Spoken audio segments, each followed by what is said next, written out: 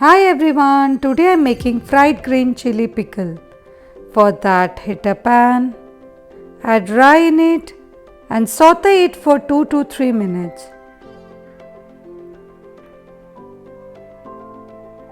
Now cool it. Now grind it in a grinder. Make a powder out of it.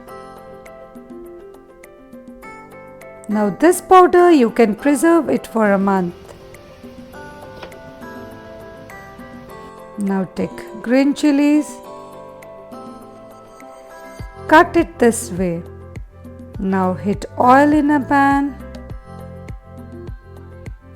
add hing, sauf, kalonji, some haldi powder, lal mirch powder and add chili in it. Now cover it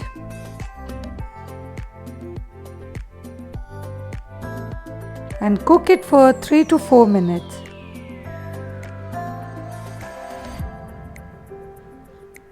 Now add rye powder, amchur powder, salt and mix it. Now cook it for more 2 minutes. Now you can see our fried chili pickle is ready.